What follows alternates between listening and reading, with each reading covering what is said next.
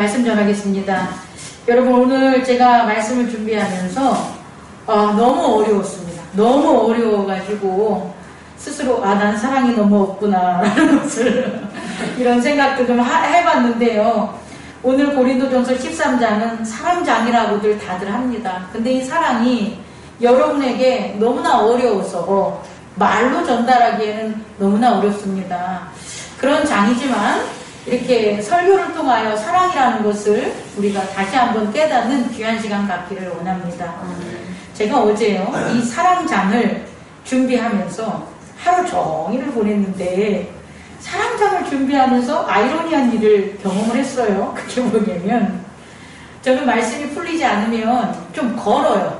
계속 들으면서 걷는데 어젯밤 한 10시 정도에 이렇게 걸었어요. 잘 포장된 이 길을 걸어가는데 어느 지점을 걷다 보니까 뭐가 꿈틀꿈틀 길바닥에서 꿈틀꿈틀 하는 거예요. 그래서 맨 처음에 가까워지기 전에는 저게 무슨 막대기인가 무슨 낙엽인가 이렇게 생각을 했는데 벌써 미간이 찌그러지고 계시는데 여러분 점점 가까워질수록 그 꿈틀거리는 거에서 실체가 드러나게 돼서 제가 그 꿈틀거리는 거 앞에 이렇게 섰을 때 그냥 지나치지 않고 사랑의 말씀을 준비하면서 제가 아주 끔찍한 응징의 시간을 보냈습니다. 우선 주변을 살펴서 막대기가 있나 돌이 있나 살펴보다가 다행히 돌이 있어서 제가 던져버렸는데 불발이 된 거예요. 그랬더니 얘가 가던 길을 멈추고 나를 향해서 다시 턴을 하지 않겠습니까? 그래서 지나가면 아무 일도 없었을 텐데 제가 돌을 명중을 못하는 바람에 그 꿈틀거리는 게 저를 향해서 마치 그냥 나 좀 가만 내버려둬 하는 건데도 불구하고 제가 다시금 막대기를 찾아가지고 그 막대기로 장렬하게 응징을 하는 그래서 후한을 두려워하지 않게 하기 위해서 혹시 제 친구들을 불러오나 새끼들을 불러올까봐 아주 완전히 똥파리를 내서 저 내과 너머로 버렸어요. 그런데 있잖아요 여러분, 사랑을 준비하다 보니까 사랑이라는 이 말씀을 준비하는데 만약에 사랑이라는 말씀을 제가 준비하지 않았다면 제 마음에 거슬림이 없었을 거예요. 워낙 그랬으니까. 워낙 그 꿈틀거리는 대상에 대해서 응징을 하고 살았던 저기 때문에 그게 아무렇지 않게 저는 받아들일 텐데 공교롭게도 제가 사랑장애에 대한 그 끊임없는 말씀을 준비하고 있는 과정에서 그렇게 해서 그런지 마음이 영 불편한 거예요. 그렇게 하고 돌아와서 있는데 말씀에 대한 게 제 마음을 집중시키는 게 아니라 오히려 그 친구 그 친구를 자꾸 생각나게 만드는 거예요. 내가 그렇게 안 했더라면 나는 왜 쟤한테 그랬을까? 그냥 살게 내버려둬도 됐었는데 내가 왜 저렇게 했었을까? 라는 그런 어떤 거슬림이 있었어요. 그랬을 때 오늘 13장 말씀을 보면 무엇이 있냐면 이런 말씀이 나와요.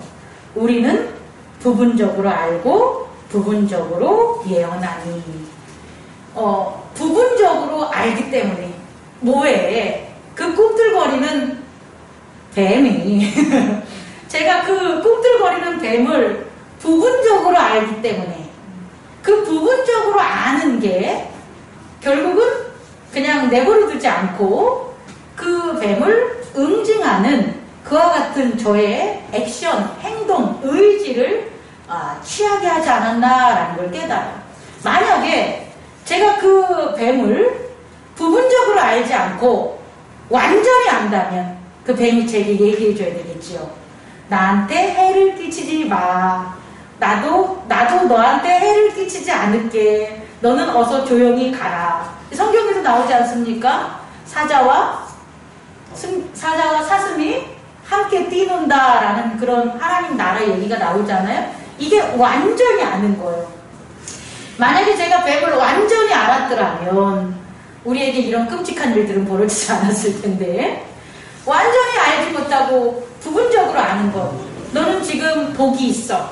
너는 독이 있고 아주 붉은 놈이었기 때문에 혹시라도 지나가는 사람이 밟으면 사람에게 해를 끼칠 수 있어.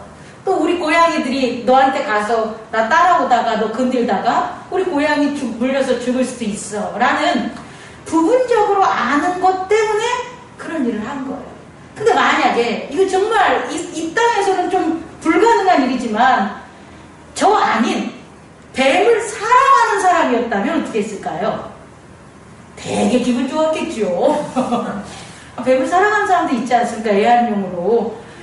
그걸 사랑을 하는 사람이었다면 그 뱀을 그렇게 저처럼 부분적으로 아는 게 아니라 온전히 알고 걔를 갖다 놓아줬을 거라고 저는 생각을 합니다.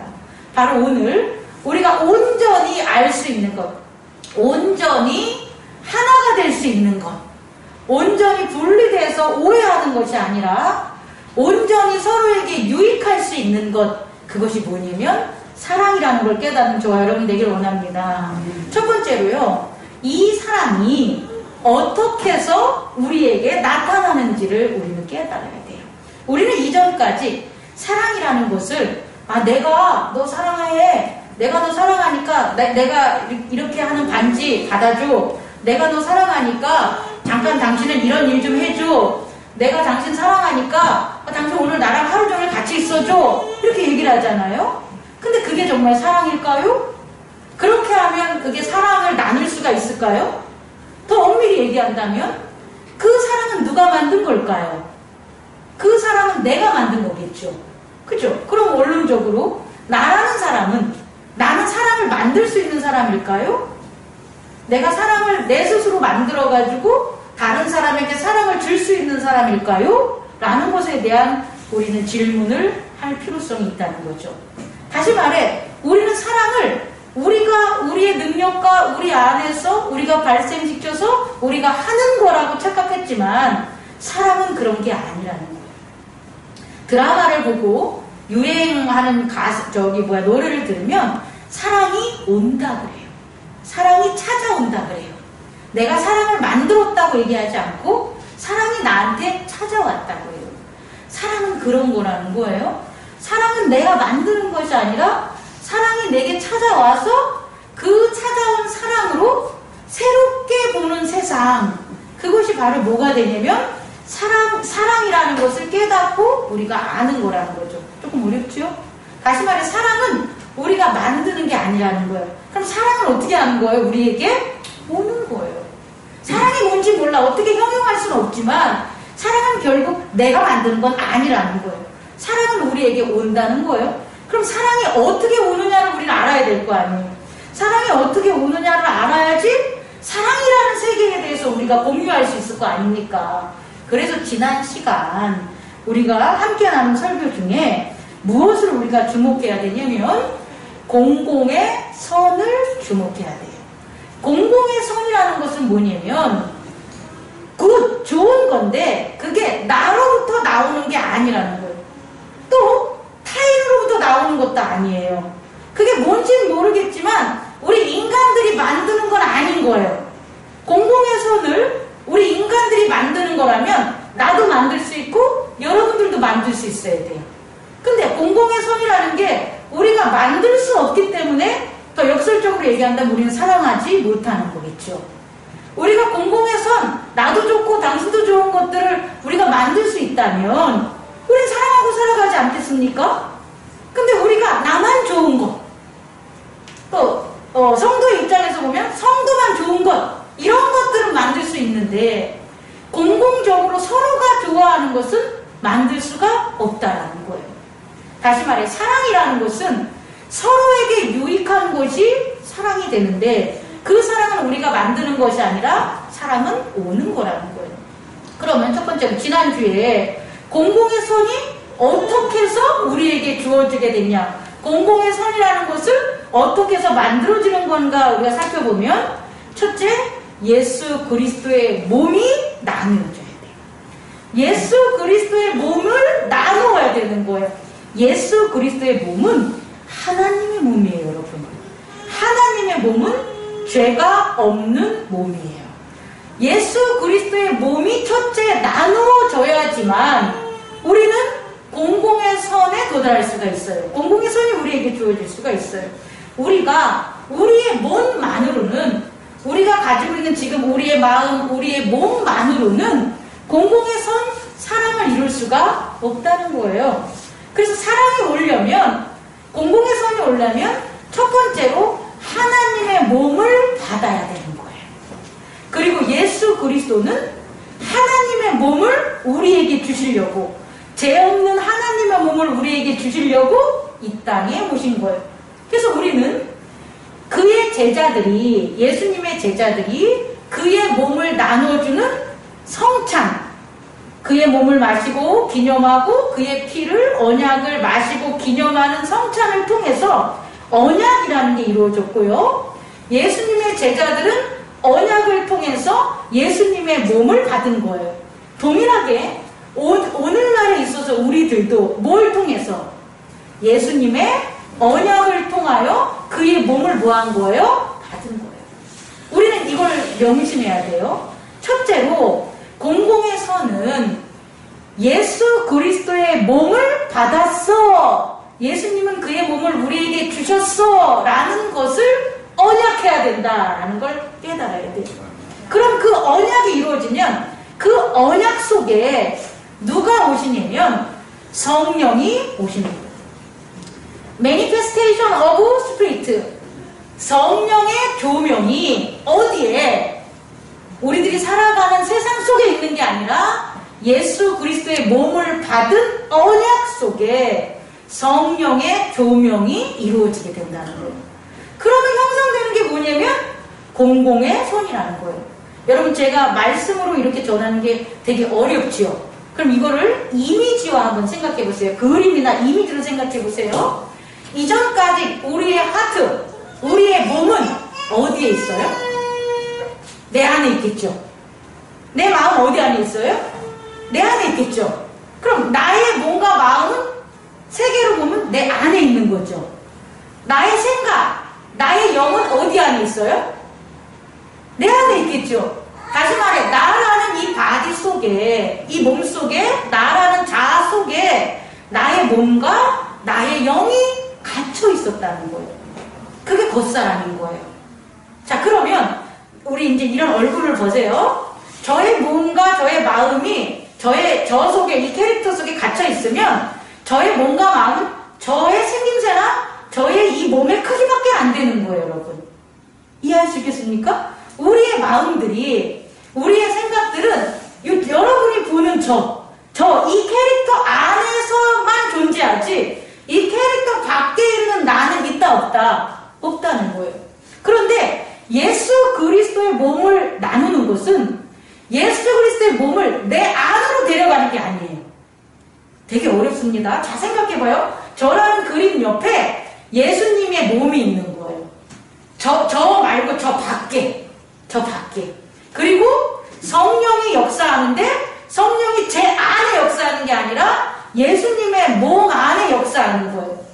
그럼 더 이걸 어떻게 여러분 이해하기 쉽게 얘기하면, 저는 작지요. 근데 예수님이, 지금 거인 같은 예수님이, 그의 몸과 그의 영이 있는 예수님이 제 옆에 있다고 생각을 해봅시다. 이게 생각이 됩니까? 그 예수님이 누구냐면 나의 속사람이라는 거예요. 우리는 속사람을 자꾸 우리 속이라고 생각하잖아요. 근데 역으로 생각해야 되는 거예요. 역으로. 정말 겉사람은 나고, 이 조그만한 나고, 정말 속사람은 뭐냐면 우리 안에 우리의 환경을 둘러싼 그 큰 예수님의 몸과 성령이 임한 그 예수님이라는 거예요. 부활하신 예수님. 마치 요한계시록에 보면 요한을 만나고 경험했던 예수님은 그냥 사람의 예수님이잖아요. 그냥 십자가에 못 박혀 돌아가신, 피 흘리고 그런 어떤 인간의 모습이잖아요. 근데 요한계시록에서 요한이 예수님을, 그 어린 양을 봤을 때 그 어린 양을 묘사한 구절들이 있잖아요. 눈은 광채가 나고 그의 크기는 어떻고, 그럼 그런 묘사가 그 예수님이 그 어린 양이 뭐라는 거예요? 우주만한 거로 표현을 하고 있잖아요. 여러분, 우리가 되게 어려운 작업을 하는 건데요. 예수 그리스도의 몸을 나눈다는 건 그 몸의 일부를 내 안으로 들여가는 게 아니라 그 몸이 우리의 서라운드, 우리의 주변, 우리의 환경 속에 그의 몸이 된다는 거예요. 그 성령이 임재한다는 것은, 성령이 매니페스테이션 한다는 것은 내 안에 죄 짓는 내 속에서 성령이 어떤 점같이 빛같이 이렇게 오는 게 아니라 우리의 서라운드, 우리의 주변, 우리 환경 속에 성령의 빛이 임한다는 거예요. 다시 말해, 이전까지는 점 같은 우리의 존재들이 이렇게 살아갔잖아요. 근데 중요한 건 예수 그리스도의 몸을 나누고 성령이 임재를 하면 우리가 예수 그리스도의 세계의 점같이 된다고요. 부분이 된다고요. 이전까지는 우리가 전체로서 나의 마음과 나의 몸과 나의 생각이 나의 전부였잖아요. 그리고 전체잖아요. 그 전체에서 예수님의 몸과 예수님의 살아가는 게 지식으로 일부러 내 안에 들어왔다는 거잖아요. 근데 그게 아니라 예수님의 몸을 나누고 성찬을 나누고 기념한다는 건 뭐냐면 내가 예수님 안에 놓여지게 되는 거예요. 예수님의 그 크신 몸이 우리를 덮게 된다는 거예요. 성령의 그 크신 임재하심이 우리를 덮게 된다는 거예요. 그래서 우리는 작은 점같이 그의 몸과 성령, 그의 생각 안에 놓여지게 된다는 거예요, 여러분. 그게 공공의 손이라고요. 그럼 여러분 보세요. 제가 성찬을 나누기 전에, 두 번째, 제가 성찬을 나누기 전에 여러분에게 갈 수 있는 길이 있을까요, 없을까요? 없지. 왜냐하면 내 몸과 내 생각이 여러분의 몸과 여러분의 생각과 마음속으로 가는 걸 막아요. 여러분의 생각과 여러분의 몸이 제 안으로 못 들어와요. 여러분 제 몸하고 뭐 마주치고 뭐 껴안고 한다 그래서 제 몸속으로 뿅 들어오냐고. 못 들어오잖아요. 아무리 제 마음과 생각과 의지를 여러분과 합하려고 해도 우리가 합해질 수가 있겠냐고요. 못 들어가죠. 뭐 때문에? 세퍼레이션, 나누어졌기 때문에. 그런데 보세요. 예수 그리스도의 몸을 나눴어요. 성령이 임재하셨어요. 그럼 이제 어떻게 되는 거예요, 우리는 그 안에 놓여지게 된 거예요. 점점 어려워지는데, 여러분, 한번 내가 지금 이거 어렵기 때문에 지금 나오는 건데요. 옛날에 천문학자들이 물리학이 뉴턴 시대만 해도 우주를 어떻게 보냐면 우주에 있는 천체들을 중심으로 봤어요. 지구, 태양, 달, 행성들. 그게 주체가 됐어요. 그런데 아인슈타인 이후에 물리학이 발전된 다음에는 우주를 바라보는 시각에 대전환이 일어났어요. 어떤 전환이 일어났냐면 천체를 보는 게 아니에요. 지구나 태양이나 달이나 그게 주체로 보는 게 아니라 그것들이 놓여져 있는 우주를 주체로 보는 거예요. 여러분 이해할 수 있겠습니까? 그러면 행성을 주체로 봤을 땐 서로 떨어져 있는 거리가 있기 때문에 서로가 뭐 하는 거예요? 서로가 대립하고 배척하고 하나가 되지 않는다고 우리는 생각하게 되겠죠. 근데 천체, 그 천체들이 놓여있는 우주를 보면 그 놓여있는 행성들은 대립하고 세퍼레이션 된 거예요? 아니면 하나인 거예요?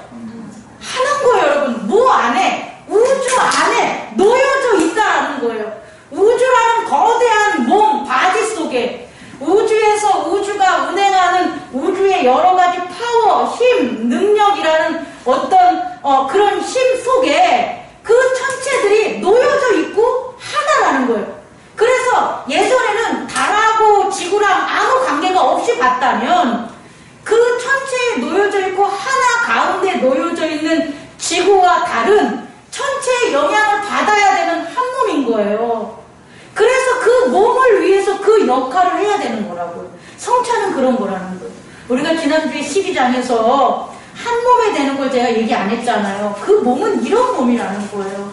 예수 그리스도의 몸과 성령 예수 그리스도의 영이라는 것은 뭐냐면 우리가 이제 전체가 아닌 부분이 돼서 전체인 예수 그리스도 안에 놓여지는 지체로서 우리를 깨닫게 되는 거예요. 그래서 이전까지는 저와 여러분들이 세퍼레이션, 분리되어 있었지만 그리스도의 몸과 그리스도의 영 안에서는 우린 분리된 게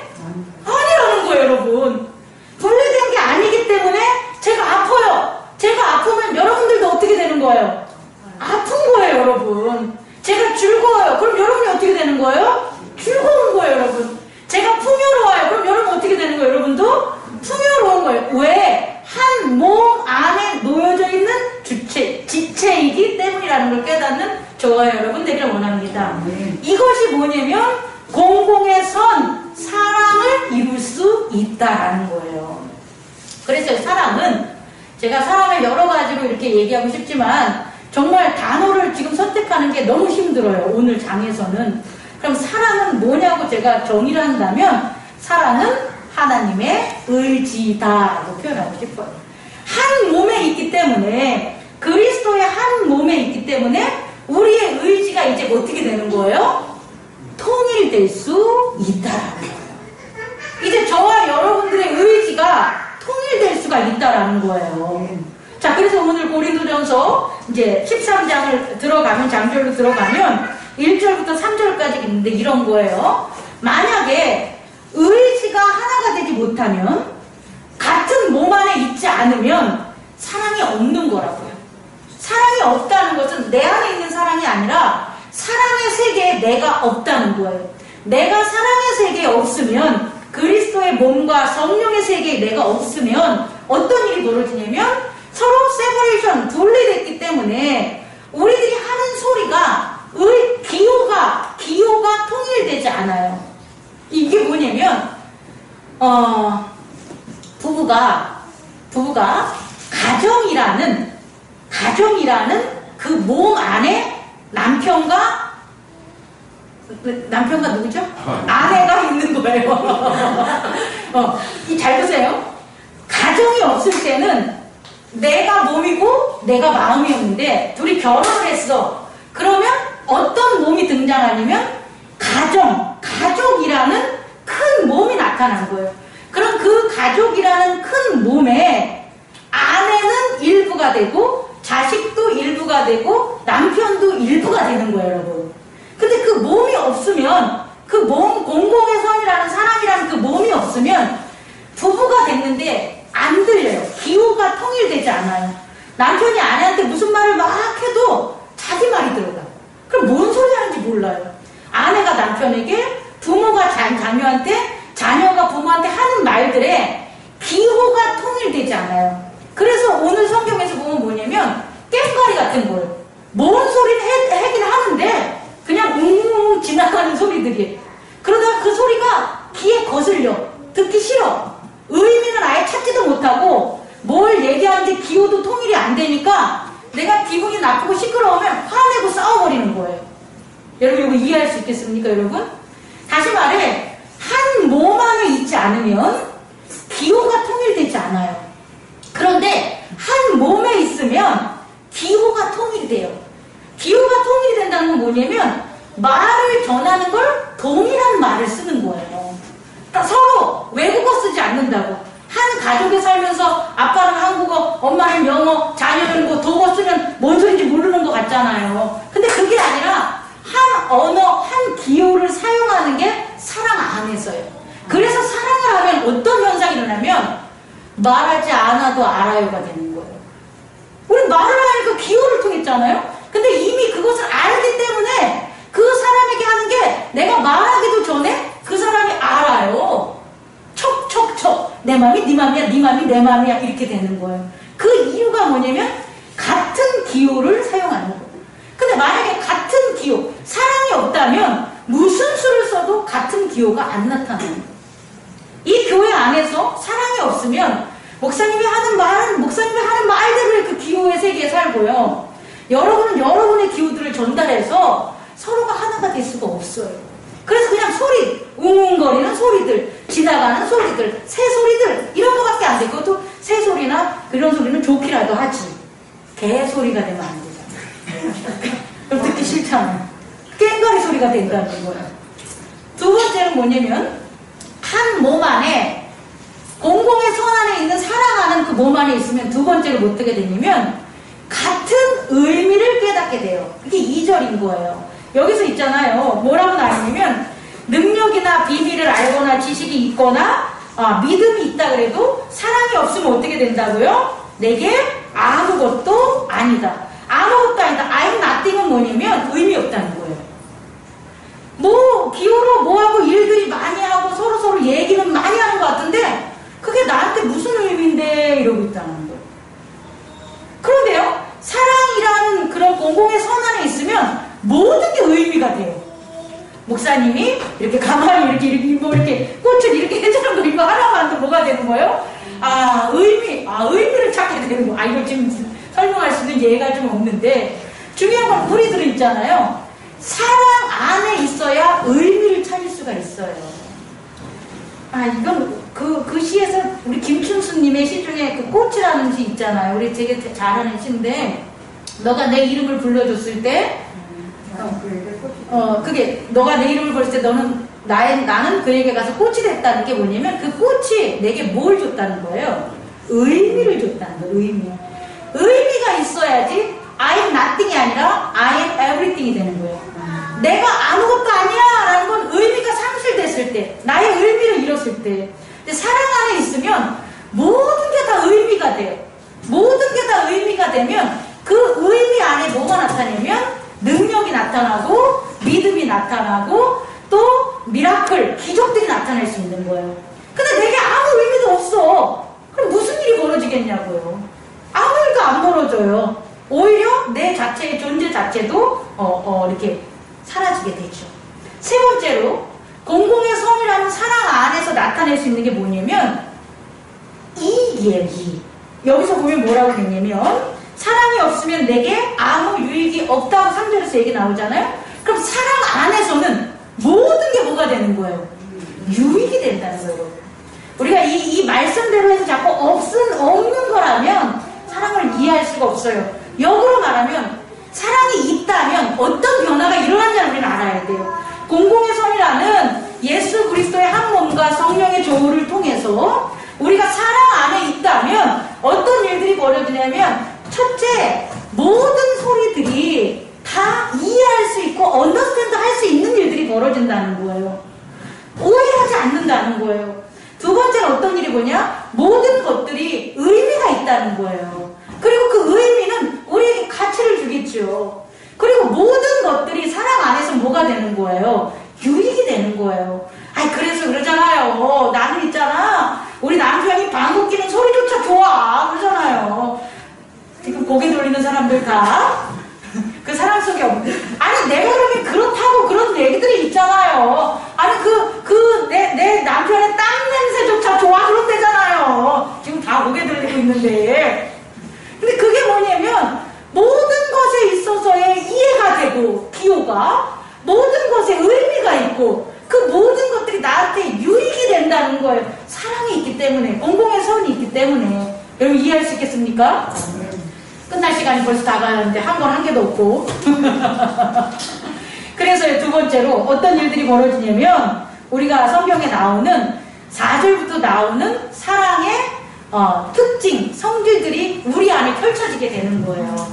우리가 그리스도의 몸이라는 성령이 역사하는 그곳에 우리가 없으면 이런 일들이 발생하지 않아요. 여러분 한번 읽어보세요. 어떤 일들이 발생합니까? 첫 번째로는 오래 참을 수가 있고, 또 온유할 수 있고, 시기하지 않고, 자랑하지 않고, 교만하지 않고, 무례해치 않고, 자기 유익을 구하지 않고, 성내지 않고, 악한 것을 생각하지 않고, 불의를 기뻐하지 않고, 진리를 기뻐하는 일들이 우리 안에서 발생한다고요.